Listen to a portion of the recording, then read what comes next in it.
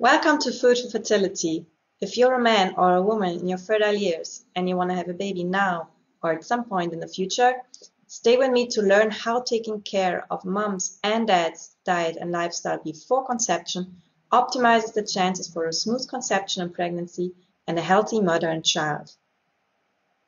My name is Claudia Kaiser. I'm a certified nutrition consultant and owner and founder of Metabolance, a company offering holistic and individualized nutrition coaching and a shop for organic real food in Brussels and online.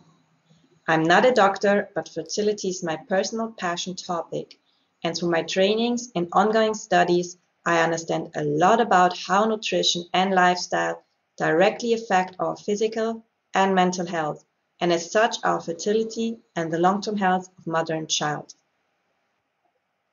In my practice, I observe the following tendencies, which for me are all about infertility, just to different degrees.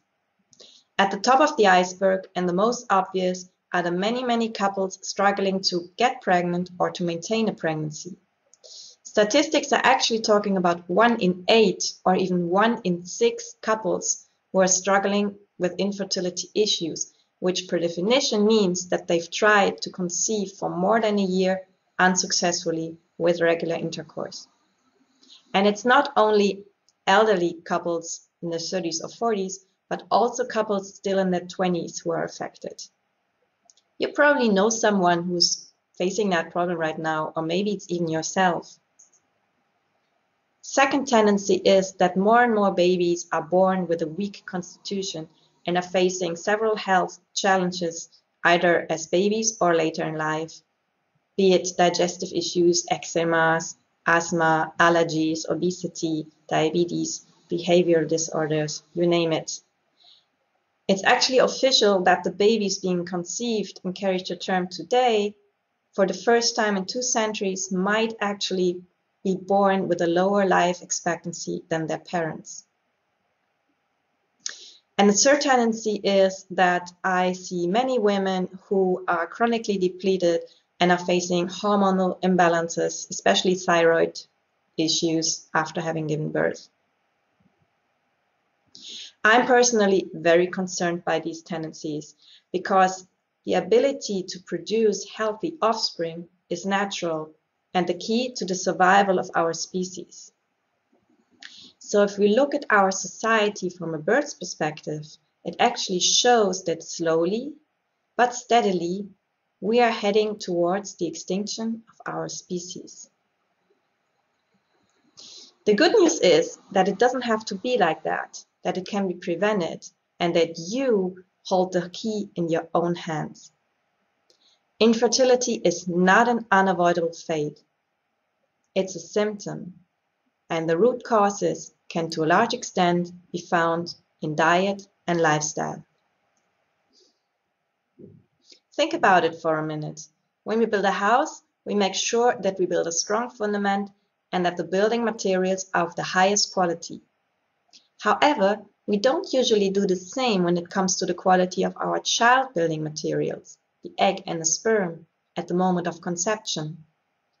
I personally know many couples who prepare their wedding day 1 year in advance, but I hardly know any couple who's preparing for conception in a similar way. A baby is made in equal parts by the woman and by the man. If we look at the difficulties to conceive, factors usually attributed to men are low sperm count and low sperm motility.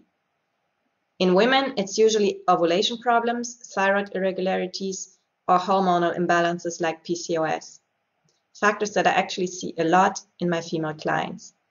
Those problems are all clearly linked to lifestyle factors such as age, body weight, stress, toxin exposure, exercise, or better said, the lack of exercise, and of course our dietary habits, not only during pregnancy, but also before conception. In fact, what we eat, drink, think, and feel every day is not just fuel to provide us with energy. It's actually nourishment and information to all our cells, hormones, and DNA.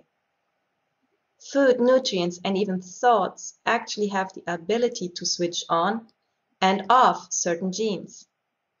This is a new scientific concept called epigenetics, which is basically saying that while your genes might load the gun, it's your lifestyle and diet that pull the trigger, or not. Isn't that amazing? You actually have much more power over your own health, including your fertility, than you probably ever knew. Many couples enter pregnancy in a state of depletion. Yet it's the quality of the sperm and the egg at the moment of conception and the mother's diet during pregnancy and lactation that will determine to a large extent the physical, mental, and emotional health of their baby. This is why it's so important that both partners load up their batteries before conception. In fact, you cannot start early enough. Even if you're single or not even sure if you ever want to have a baby, you can and you should make sure that you're physically capable too. Health and fertility go hand in hand. If you're healthy, you're fertile. If you're infertile, it's a sign of not being healthy, and that could lead to other health problems in the long run, independent of having a baby or not. If all of that makes sense to you, I invite you to check out Food for Fertility, a holistic program that allows you to educate yourself well and to put into practice those learnings. The information I provide goes far beyond don't eat sugar and junk food, so even if you're already into healthy eating, I promise you new, eye-opening, and surprising facts that might just make the difference between okay and optimal for you. Besides edible physical foods, we will also dedicate time and energy to what feeds and nourishes you on a mental and spiritual level, factors not to be underestimated on your fertility journey.